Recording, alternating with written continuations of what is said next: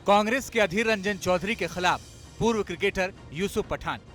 कांग्रेस के खिलाफ ममता बनर्जी का सबसे बोल्ड एक्शन यही है कि बंगाल में कांग्रेस के राष्ट्रीय चेहरे अधीर रंजन चौधरी के खिलाफ पूर्व क्रिकेटर यूसुफ पठान को उसी बहरामपुर सीट से मैदान में उतार दिया, जहां से अधीर रंजन चौधरी 5 बार सांसद रहे। यानी दिल्ली में बैठी कांग्रेस ममता को मनाने की आस लगाए बैठी रही और ममता ने अपना फैसला सुना दिया कि 42 सीटों पर कोई समझौता नहीं होगा। इसी के साथ सभी 42 सीटों पर ममता ने अपने कैंडिडेट उतार कर दिखा दिया। তৃণমূল কংগ্রেস এখানে বাংলায় একা লড়বে, আসামেও লড়বে। আর দেশ কোন পথে চলবে তৃণমূল কংগ্রেস ঠিক করবে, বেঙ্গল ঠিক করবে, বাংলায় দিশা দেখাবে, বাংলায় পথ দেখাবে। बंगाल में ममता बनर्जी बनाम अधीर रंजन चौधरी में 36 का आंकड़ा रहता है। कोई भी मौका होता है, अधीर बाबू ममता दीदी को घेरने का मौका नहीं चूकते। लेकिन इस बार दीदी की हुंकार या यूं कहें दांव से कांग्रेस को जोर का झटका लगा है। ममता बनर्जी की अगर कोई अच्छा सोच होती तो कम से कम गुजरात में गठबंधन से एक सीट की मांग कर लेती कि मेरा एक ही उम्मीदवार खड़ा होगी गुजरात से, उनके नाम है यूसुफ पठान। लेकिन यहां उनको इसलिए भेजा गया कि आम लोगों में ध्रुवीकरण हो, बीजेपी को मदद मिले और कांग्रेस पार्टी हारे। बंगाल की दीदी बनाम कांग्रेस के दादा की अदावत में नया वॉर फ्रंट खुल गया है। बहरामपुर का इलाका मुस्लिम बहुल है और अधीर रंजन चौधरी की इलाके में पकड़ मानी जाती है। ममता बनर्जी ने मुस्लिम समुदाय से यूसुफ पठान को उतारकर अल्पसंख्यकों को भी संदेश दिया और सेलिब्रिटी का चुनाव पर अलग असर रहता ही है। लेकिन सवाल है कि दीदी ने कांग्रेस को किनारे क्यों लगाने का फैसला किया। संदेश खाली पर तूफान, ममता का राम राग। मुख्यमंत्री ममता बनर्जी सूबे में मुख्य लड़ाई बीजेपी बनाम तृणमूल कांग्रेस पर रखना चाहती। पहले ही ममता कांग्रेस को 2 से 3 सीटें देने का प्लान बताती रही, लेकिन कांग्रेस नहीं मानी तो ममता ने अपने रास्ते अलग कर लिए। वो भी तब जब कोलकाता से महज 90 किलोमीटर दूर संदेश खाली कांड पर तूफान उठाए। महिलाओं के साथ हुए अत्याचारों के मुद्दे पर बीजेपी हमलावर है। खुद प्रधानमंत्री मोदी संदेश खाली की पीड़ितों से मिल चुके हैं। 4 दिन में 2 बार दौरा कर ममता बनर्जी को घेर चुके हैं। संदेश खाली में जो कुछ भी हुआ उससे किसी का भी सिर शर्म से झुक जाएगा। लेकिन यहां की टीएमसी सरकार को आपके दुख से कोई फर्क नहीं पड़ता। बीजेपी जिन तेवर से संदेश खाली के मुद्दे को उठा रही है, उसके जवाब में ममता बनर्जी ने सॉफ्ट हिंदुत्व वाली लाइन थाम ली। पहली बार पश्चिम बंगाल में श्री रामनवमी पर सरकारी छुट्टी का ऐलान किया गया है। ममता बनर्जी के रामनवमी वाली छुट्टी पर बीजेपी तंज कस रही है कि दीदी अब बहुत देर हो चुकी है। साथ ही साथ ममता बनर्जी को अतीत का आईना भी दिखा रही है। जब बंगाल में जय श्री राम के नारे पर क्या क्या हुआ था। बंगाल में रामनवमी पर छुट्टी, जब जय श्री राम पर बिफरी दीदी। जय श्री राम के नाम पर ममता बनर्जी कई बार आपा खोती दिखी। कभी गाड़ी से उतरकर उन्होंने राम भक्तों की क्लास लगाई।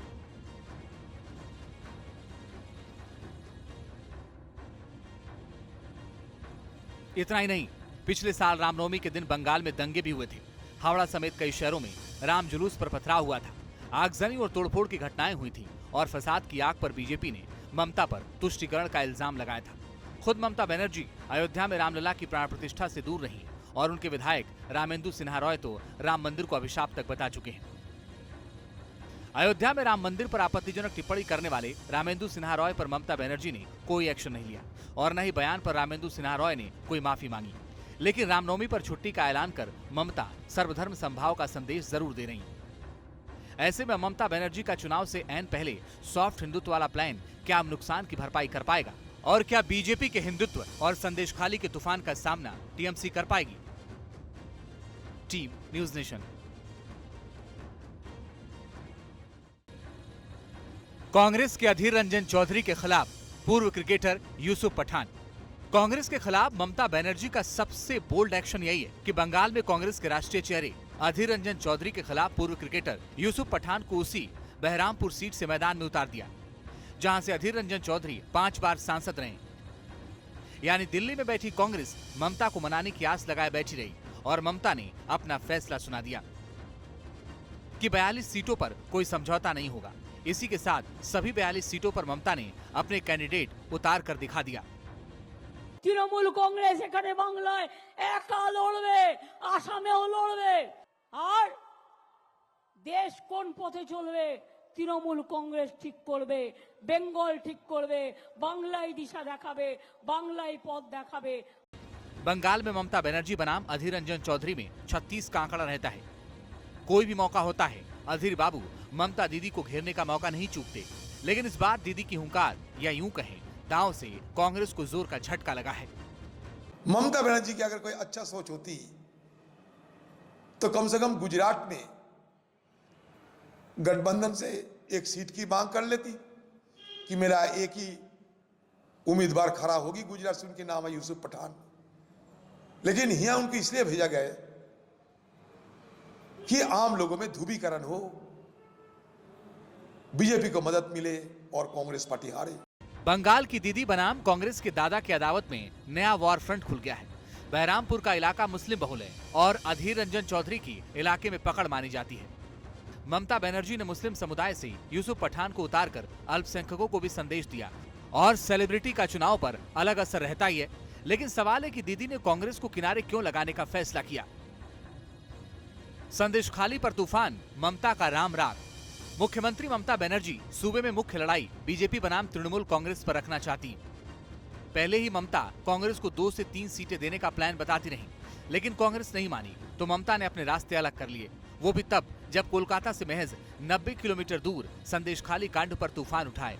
महिलाओं के साथ हुए अत्याचारों के मुद्दे पर बीजेपी हमलावर है। खुद प्रधानमंत्री मोदी संदेशखाली की पीड़ितों से मिल चुके हैं। 4 दिन में 2 बार दौरा कर ममता बनर्जी को घेर चुके हैं। संदेशखाली में जो कुछ भी हुआ उससे किसी का भी सिर शर्म से झुक जाएगा।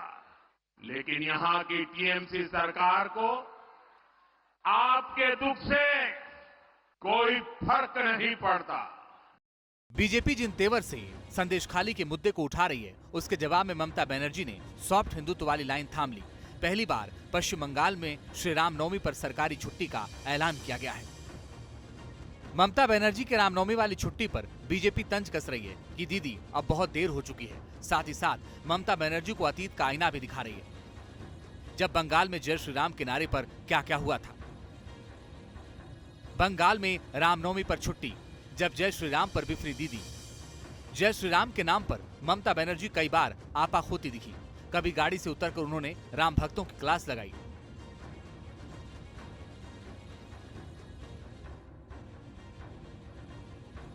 इतना ही नहीं, पिछले साल रामनवमी के दिन बंगाल में दंगे भी हुए थे।